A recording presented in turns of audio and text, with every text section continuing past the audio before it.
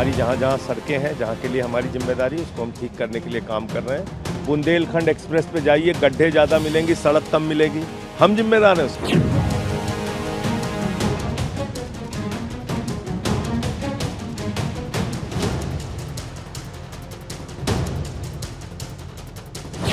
दिल्ली सरकार की जो योजना है वो सब असफल हो रही है और आम आदमी पार्टी अब राज करने लायक बची नहीं।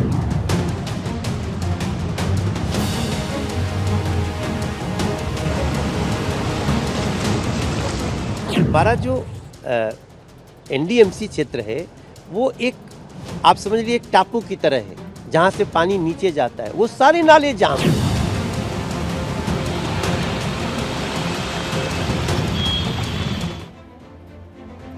तो उत्तर भारत में मॉनसून ने दस्तक दे दी है। दिल्ली एनसीआर समेत कई राज्यों में बारिश हुई। दिल्ली, यूपी, हिमाचल प्रदेश, राजस्थान के अधिकांश जिलों में मॉनसून पहुंच चुका है। मॉनसून की पहली बारिश ने कई जगहों पर राहत तो कई जगहों पर आफत लेकर पहुंची है। कुछ तस्वीरें आपकी टीवी स्क्रीन पर। दिल्ली, यूपी, हिमाचल, राजस्थान, यहाँ पर लोगों को राहत तो मिली, लेकिन कई जगहों पर यह बारिश आफत बनकर पहुंची है। कई जगहों पर सड़कें पूरी तरीके से भर गई। ऐसे में आम जनजीवन बुरी तरह से अस्त व्यस्त है। दिल्ली, हिमाचल, यूपी, राजस्थान और इसके अलावा वो तमाम इलाके जहां पर लोगों को घरों से निकलने में अब कठिनाई हो रही है। और इसकी जो सबसे बड़ी वजह है वो ये जल भराव है। जल भराव केवल एक इलाके तक सीमित नहीं है, इसने कई हिस्सों को अपनी जद में ले लिया है। सबसे पहले शुरुआत देश की राजधानी दिल्ली से ही करते हैं। दिल्ली में मॉनसून ने ऐसी एंट्री मारी कि बारिश ने 88 साल का रिकॉर्ड तोड़ दिया। लंबे समय से हो रहे इंतजार के बाद दिल्ली में आज यानी कि 28 जून को मॉनसून ने दस्तक दे दी और देर रात से सुबह तक झमाझम बारिश हुई। दिल्ली में गलियों से लेकर सड़क और बस्तियों से लेकर नेताओं के बंगले तक जलमग्न नजर आए। अब हाल ये हो गया कि सड़कों पर पानी भर गया, लोग ट्रैफिक जाम में फंस गए, मोहल्ले, बस्तियां सब डूबी डूबी नजर आने लगी। हर जगह जान त्राहिमाम वाली स्थिति हो गई। दूसरी तरफ सड़कों से लेकर घरों तक में पानी भरने से वीवीआईपी तक टेंशन में। लुटियंस दिल्ली में सांसदों और मंत्रियों के बंगलों में पानी भर गया। कई जगह रात भर बिजली गायब रही और लोगों को अंधेरे में रात काटनी पड़ गई। सुबह नेता जब संसद सत्र में शामिल होने के लिए घरों से निकले तो हालात से जूझते हुए देखे गए। दिल्ली के जल मंत्री आतिशी से लेकर समाजवादी पार्टी के सांसद रामगोपाल यादव, प्रोटेम स्पीकर रहे भर्तृहरि महताब, कांग्रेस के सांसद तारिक अनवर और नीति आयोग के मेंबर विनोद कुमार पॉल के बंगले में भी जल जमाव देखा गया। जल भराव के कारण आईटीओ, वीर बंदा बैरागी मार्ग और धौला कुआं सहित कई अन्य मार्गों पर भी यातायात प्रभावित हुआ। भारी बारिश की वजह से जलमग्न सड़कों और यातायात जाम में फंसे वाहनों की कई तस्वीरें और वीडियो सामने आए। भारी बारिश की वजह से समाजवादी पार्टी के राज्यसभा के सांसद राम गोपाल यादव के आवास के बाहर का इलाका जलमग्न हो गया। अब ये तस्वीरों में देखें, राम गोपाल यादव को उनकी गाड़ी तक 2 लोग उठा करके पहुंचाए। राम गोपाल यादव ने कहा कि एनडीएमसी तैयार नहीं रहता। इस बार काफी देर से बारिश हुई, लेकिन फिर भी नाले साफ नहीं किए गए। इस इलाके में अधिकांश मंत्री, केंद्रीय मंत्री और सांसदों के आवास हैं। गृह राज्य मंत्री भी यहीं रहते हैं। एनडीएमसी तैयार नहीं रहता है। इतना लेट बारिश हुई, इसके बाद भी इन्होंने नालियां साफ नहीं की। जहां चौक होता है सारे पुराने कर्मचारियों को मालूम है, अगर उसको साफ कर दें तो कभी ये नौबत ना आए। ये सारे यहाँ बहुत ही, हमारे बगल में नीति आयोग के सदस्य हैं, स्टेट मिनिस्टर का दर्जा है, फिर मंत्री लोग हैं, गृह राज्य मंत्री हैं जिनके अंडर में एनडीएमसी है, और जनरल्स हैं और मंत्री हैं, नेवी के एडमिरल्स हैं, सारे बड़े लोग हैं। लेकिन पानी भर जाता, लोगों को निकलना मुश्किल है। आप देख रहे हैं पार्लियामेंट जाने के लिए हमें क्या करना पड़ा, एक गाड़ी से वहां तक आए, लोग उठा के यहां तक लाए। तो लुटियंस दिल्ली को वीवीआईपी इलाका माना जाता है। यहाँ बारिश के बाद घरों में पानी भरने से नई दिल्ली नगर पालिका परिषद यानी कि एनडीएमसी के कामों की पोल खुल गई। एनडीएमसी ही इस इलाके का रखरखाव करती है, बारिश से पहले जल भराव की स्थिति से निपटने के लिए काम भी करती है। बारिश के बाद वीवीआईपी के घरों में जो स्थिति बनी उससे अंदाजा लगाया जा सकता है कि आम लोगों के घरों की क्या हालत होगी। दिल्ली के कई इलाकों में जल निकासी की व्यवस्था है ही नहीं। लुटियंस दिल्ली में ही कांग्रेस के सांसद शशि थरूर के बंगले में भी पानी भर गया। थरूर ने एक्स पर पोस्ट लिखा कि ये लुटियंस दिल्ली में मेरे घर के ठीक बाहर का कोना है।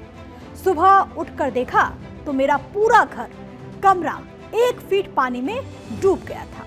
कालीन, फर्नीचर, जमीन पर मौजूद सभी चीजें बर्बाद हो गई। जाहिर तौर पर आस पड़ोस में बरसाती पानी की नालियां जाम हो गई, इसलिए पानी को निकलने की कोई जगह नहीं। लोगों को करंट लगने के डर से सुबह 6 बजे से ही बिजली बंद कर दी गई। अपने संसद सहयोगियों को जानकारी दी कि मैं नाव के बिना वहां नहीं पहुंच सकता, लेकिन शहर सड़कों से पानी निकालने में कामयाब रहा और मैं समय पर पहुंच गया। थरूर केरल के तिरुवनंतपुरम से सांसद हैं जिन्होंने ये जानकारी दी। लेकिन अगर आप ऐसा सोच रहे हैं कि सिर्फ उनके साथ हुआ तो ऐसा नहीं है। ओडिशा से बीजेपी के सांसद भृतहरि महताब ने भी कहा कि मेरे घर में चारों ओर पानी भरा हुआ था, इसे निकालने की कोशिश की तो मोटर भी खराब हो गई। यह हालात सिर्फ मेरे ही बंगले में नहीं बल्कि आसपास के सभी बंगलों में एक जैसे देखने को मिले। मेरे घर में पानी घुस गया, ऑफिस से पानी दाखिल हो गया। पानी निकालने की व्यवस्था होनी चाहिए। सरकार किसी की हो, दिल्ली और पूरे देश में बारिश की जरूरत है। बारिश के पानी का भी समाधान जरूरी है। मेरे घर में पूरी रात बिजली गायब रही। गुरुवार रात 11 बजे बिजली गई थी और शुक्रवार सुबह 9 बजे बिजली आई, ये उन्होंने कहा। अब सवाल ये है कि आखिर हर साल ऐसा क्यों? तो इसके पीछे की भी एक वजह है। दरअसल राजधानी दिल्ली में कई ऐसे ड्रेनेज सिस्टम हैं जो कि ब्रिटिश काल में बने, लेकिन आज भी उस पर बारिश से निपटने के लिए प्लान तैयार किए जाते हैं। आपके सामने अब एक आंकड़ा में रखती हूँ, जरा ध्यान से देखिएगा क्योंकि ये बहुत जरूरी है। ड्रेनेज प्लान सिस्टम ये दरअसल 1976 में बना। कई इलाकों में ब्रिटिश काल का ये ड्रेनेज सिस्टम मौजूद है। 1976 में दिल्ली की आबादी कितनी थी? 60 लाख। अभी आज के दिन में दिल्ली की आबादी कितनी है? 2 करोड़ से ज्यादा। यह आंकड़ा 2023 का है। अभी जरूरत क्या है? बेहतर ड्रेनेज मास्टर प्लान की, और उसी को लेकर के हर कोई इस वक्त इंतजार कर रहा है। इसी तरह नीति आयोग के मेंबर डॉक्टर वीके पॉल के घर में भी पानी दाखिल हो गया। यहाँ धीरे धीरे पानी कम हो रहा है, हालांकि एंट्री गेट पर अभी भी पानी है। पानी निकलने की व्यवस्था वहां नहीं है। कर्मचारी कह रहे हैं कि पानी सूख रहा है, यहाँ पानी निकलने की व्यवस्था नहीं की गई। प्रगति मैदान के सामने मथुरा रोड पर दिल्ली की जल मंत्री आतिशी का सरकारी आवास है। यहाँ उनके घर में भी पानी भर गया। आवास के बाहर से लेकर अंदर तक पानी भरा है। सामने सड़कें लबालब हैं। हालात ये दर्शाते हैं कि पूरी दिल्ली में किस तरह जल भराव लोगों की समस्या बन गई। कर्मचारी नालों की गाद साफ करते हुए देखे जा रहे हैं। मथुरा रोड पर जगह जगह पानी भरा हुआ है। क्या आम, क्या खास, हर कोई इस वक्त त्राही मांग कर रहा है। नेशनल मीडिया सेंटर पर भी जल भराव है। गाड़ी एक एक करके निकल रही है। बारिश की वजह से पानी भर गया है। रास्ते में आवाजाही करने में दिक्कत हो रही है। ये लुटियंस दिल्ली का इलाका है और एनडीएमसी इसकी देखभाल करती है, लेकिन लोग यहाँ पर भी परेशान हैं। जल जमा हुआ है पूरे दिल्ली के अंदर, ये भी इस बात को दर्शाता है कि हमारा ड्रेनेज सिस्टम राजधानी में सही नहीं है, ठीक नहीं है। ये सबको पता था कि मानसून आने वाला है, बारिश आने वाली है, उसकी तैयारी पहले से होनी चाहिए थी। लेकिन लगता है कि चाहे वो कॉरपोरेशन हमारा हो, राज्य सरकार हो या केंद्र सरकार हो, किसी ने भी इस बात पर ध्यान नहीं दिया। मानसून आने से पहले 3 महीने पहले दिल्ली के मुख्यमंत्री या जो भी कंसर्न मिनिस्टर है उसके द्वारा बैठक बुलाई जाती थी, ऑफिसर्स को बुलाया जाता था और विपक्ष को बुलाया जाता था, और बाकायदा नालों की सफाई हुई है नहीं हुई है उसको रिव्यू किया जाता था, जानकारी ली जाती थी, लेकिन अब ये व्यवस्था पूरी तरह समाप्त हो गई है। जैसे मैंने कहा कि सैकड़ों करोड़ रुपया नालों की सफाई के लिए दिल्ली नगर निगम और दिल्ली सरकार ने रखा है, लेकिन वो पैसा कहाँ चला गया, नालों की सफाई नहीं हुई। तो लगातार भारी बारिश के बाद लोधी एस्टेट इलाके में भीषण जलभराव देखने को मिला। क्षेत्र पूरी तरह से जलमग्न है। हालात ऐसे हैं कि यहां किसी भी वाहन की आवाजाही संभव नहीं। दिल्ली में एम्स के आसपास सड़कें लबालब हैं, चारों तरफ जल जमाव है। रायसीना रोड, फिरोज शाह रोड में सड़कों पर पानी भर गया, लोग परेशान हैं। कुछ तस्वीरें और सामने आई हैं, वो आपको दिखा देते हैं। दिल्ली के मधु विहार, भीकाजी कामा प्लेस, मेहरौली, बदरपुर रोड, शांति पथ, कनॉट प्लेस, मिंटो ब्रिज, तीन मूर्ति मार्ग, मूलचंद सहित कई इलाकों में कमर से ऊपर पानी भर गया। मिंटो रोड में तो ब्रिज के पास ज्यादा पानी की वजह से ट्रक ही डूब गया। अब इन तस्वीरों को जरा देखिए और सोचिए कि लोग आखिरकार कितने ज्यादा देश की राजधानी दिल्ली में इस वक्त परेशान हैं। आप कोई भी तस्वीर उठा लीजिए, हर जगह कमोबेश ऐसे ही हालात हैं। हर व्यक्ति इस वक्त परेशान है। वो लोग जो कि नौकरी करने के लिए घरों से निकल रहे हैं, लेकिन उनको इसी पानी से होकर गुजरना पड़ता है। अब सवाल ये है कि आखिर हर बार, हर साल दिल्ली ही क्यों डूबती है? तो इसके पीछे की वजह भी अब जान लीजिए, क्योंकि ये ऐसा सवाल है जो कि हर किसी के जहन में होगा। पहला, घनी आबादी में वाटर बॉडीज ओवरफ्लो हो जाती है। जल निकासी की दिल्ली में व्यवस्था नहीं है। अनियमित तरीके से दिल्ली में बस्तियों को बसाया गया है। एक और बड़ी वजह यह भी है कि नालियां बनाते वक्त ढलान पर ध्यान नहीं दिया गया। नालियां पतली हैं, कम गहराई की हैं और इसी वजह से ऐसी स्थिति बनती है। लोकल ड्रेनेज सिस्टम की कमी है। यहाँ पर बारिश से पहले मास्टर प्लान तैयार नहीं किया गया। ये भी एक बड़ी वजह है कि हर साल दिल्ली पानी में डूब जाती है। हर साल दिल्ली पानी का दरिया बन जाती है और पानी से भरी इसी दिल्ली से अजीबोगरीब तस्वीर भी आने लगी है। सबसे पहले राजधानी दिल्ली के आजाद मार्केट अंडरपास की इन तस्वीरों को जरा देखिए।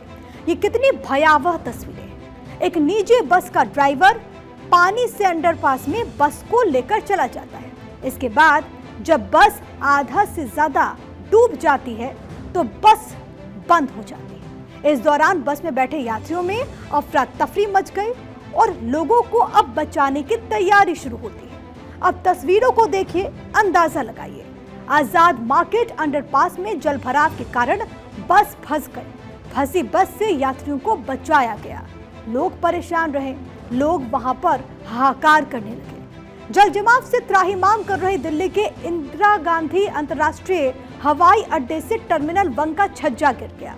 इस हादसे में एक की मौत हो गई, कई लोगों को घायल होने की खबर भी है। हादसे के बाद टर्मिनल 1 से दोपहर 2 बजे तक के लिए उड़ानें रोक दी गई। रात 12 बजे मध्य रात्रि से खराब मौसम की वजह से दिल्ली से जाने वाली 16 और आने वाली 12 उड़ानें रद्द हो चुकी हैं। दिल्ली की इन सभी तस्वीरों को देखने के बाद आपके मन में भी एक सवाल जरूर उठ रहा होगा, क्या बारिश के बारे में किसी को नहीं पता? अगर पता है तो आखिर एनडीएमसी ने क्या कदम उठाए? अगर उठाए तो ये सिर्फ कागजों में है या जमीन पर उतरे भी? अगर जमीन पर उतरा होता तो आज पहली बारिश में दिल्ली ऐसे नहीं हो रही होती। अब आपको एक आंकड़ा दिखा देते हैं, आखिर क्यों दिल्ली 1600 करोड़ रुपए में डूब गई। इस सवाल का जवाब इन आंकड़ों के जरिए। जल निकासी के लिए दिल्ली में क्या किया गया? दरअसल मानसून से निपटने के लिए कई सारी योजनाएं बनाई गई। योजनाओं को बनाने के लिए क्या, देखिए, जल निकासी प्रणालियों की अधिकतम डिस्चार्ज कैपेसिटी का अध्ययन हुआ। अब इसमें अहम यह है कि 17 संवेदनशील इलाकों से गाद निकालने का फैसला हुआ। जल निकासी के लिए 14 ड्रेन्स को चिन्हित किए गए। 14 ड्रेन में 578 किलोमीटर लंबी ढकी हुई नालियां हैं, 11,907 मेन होल और 14,264 बेल माउथ शामिल हैं। अब इसमें खर्चा कितना आया? 1600 करोड़ रुपए। लेकिन इसका हासिल क्या हुआ, नतीजा क्या हुआ? दिल्ली के कई इलाके आज भी जलमग्न हैं और लोग दिल्ली में त्राही मांग कर रहे हैं। लोग दिल्ली में परेशान हैं। वहीं भारी बारिश के बाद दिल्ली में इमरजेंसी मीटिंग की अध्यक्षता करते हुए एलजी सक्सेना ने छुट्टी पर गए सभी वरिष्ठ अधिकारियों को तुरंत ड्यूटी पर लौटने के निर्देश दे दिए। इसके साथ ही उपराज्यपाल ने अगले 2 महीने तक अधिकारियों की छुट्टियों को भी कैंसिल कर दिया। उन्होंने कहा कि अगले 2 महीने तक किसी को छुट्टी मनाने की जरूरत नहीं। इस बैठक में दिल्ली जल बोर्ड, लोक निर्माण विभाग, दिल्ली नगर निगम, दिल्ली विकास प्राधिकरण, सिंचाई और बाढ़ नियंत्रण विभाग और दिल्ली पुलिस के वरिष्ठ अधिकारी मौजूद रहे। अधिकारियों को इमरजेंसी कंट्रोल रूम बनाने, जल भराव की समस्या के समाधान के लिए पंप लगाने के निर्देश दिए गए। अब बात नोएडा की भी। मॉनसून से बचाव और सड़कों पर जल भराव ना हो, इसके लिए नोएडा प्राधिकरण हर साल करोड़ों रुपए खर्च करता है, लेकिन उसके बावजूद हर बार बारिश के बाद नोएडा प्राधिकरण के दावों की पोल खुल जाती है। नोएडा में आज 28 जून को हुई बारिश के बाद जगह जगह सड़कों पर जल भराव हो गया। नोएडा सेक्टर 37 यू टर्न के पास पानी भर गया। इसके साथ ही नोएडा महामाया के नीचे भी जल भराव से लोगों को जूझना पड़ा। जल भराव की वजह से सड़कों पर जाम की स्थिति बन गई। सबसे ज्यादा जाम कालिंदी कुंज बॉर्डर पर लगा था। दिल्ली जाने वाला पूरा रास्ता पूरी तरह से ब्लॉक हो गया। लेकिन ये हाल सिर्फ दिल्ली एनसीआर में नहीं है, बाकी के हिस्सों से भी ऐसी तस्वीर सामने आई। अगर हम हिमाचल की बात करें तो मॉनसून की पहली बारिश ने हिमाचल की राजधानी शिमला में भारी तबाही मचाई। देर रात शिमला में जोरदार बारिश हुई। इसकी वजह से लोगों को परेशानी का सामना करना पड़ा। भारी बारिश के कारण मलबा सड़कों पर आ गया। इसके वजह से कई गाड़ियां मलबे की चपेट में आ गई। यही नहीं, कई जगह मलबा सड़क पर आ जाने की वजह से ट्रैफिक बाधित हुआ। कांगड़ा, सिरमौर, चंबा में भी बारिश की वजह से काफी ज्यादा नुकसान हुआ है। शिमला के चमियाना इलाके में भी तबाही का मंजर देखने को मिला। मलबे में 3 गाड़ियां दब गई। ये तस्वीरें देखिए। गाड़ी मालिक खुद ही अपनी गाड़ियों के आसपास मलबा हटाते हुए नजर आए। बारिश की वजह से लोगों को काफी ज्यादा नुकसान हो रहा है। शिमला के मलियाना इलाके में भी बारिश की वजह से चट्टानें टूटकर गाड़ियों पर आ गिरी। इसकी वजह से करीब 6 गाड़ियों को नुकसान हुआ है। मौसम विज्ञान केंद्र शिमला ने पहले ही भारी बारिश का अलर्ट जारी किया हुआ था। फिलहाल शिमला और आसपास के इलाकों में मौसम साफ है, लेकिन 2 जुलाई तक राज्य में इसी तरह बारिश होते रहने का पूर्वानुमान भी जारी किया गया है। अब आपको ले चलते हैं राजस्थान। वहां के 20 जिलों में मानसून की एंट्री हो गई। आज जोधपुर, बूंदी, जैसलमेर, सवाई माधोपुर, झुंझुनू, कोटा, दौसा, चित्तौड़गढ़, उदयपुर, राजसमंद, सीकर, भरतपुर समेत कई जिलों में बरसात हो रही है और इस बरसात से लोग सबसे ज्यादा इस वक्त परेशान हैं। जल भराव की स्थिति से लोगों को गुजरना पड़ रहा है, लेकिन आपसे हम यही कहेंगे कि बहुत ज्यादा सावधान रहिए, बहुत ज्यादा सतर्क रहिए।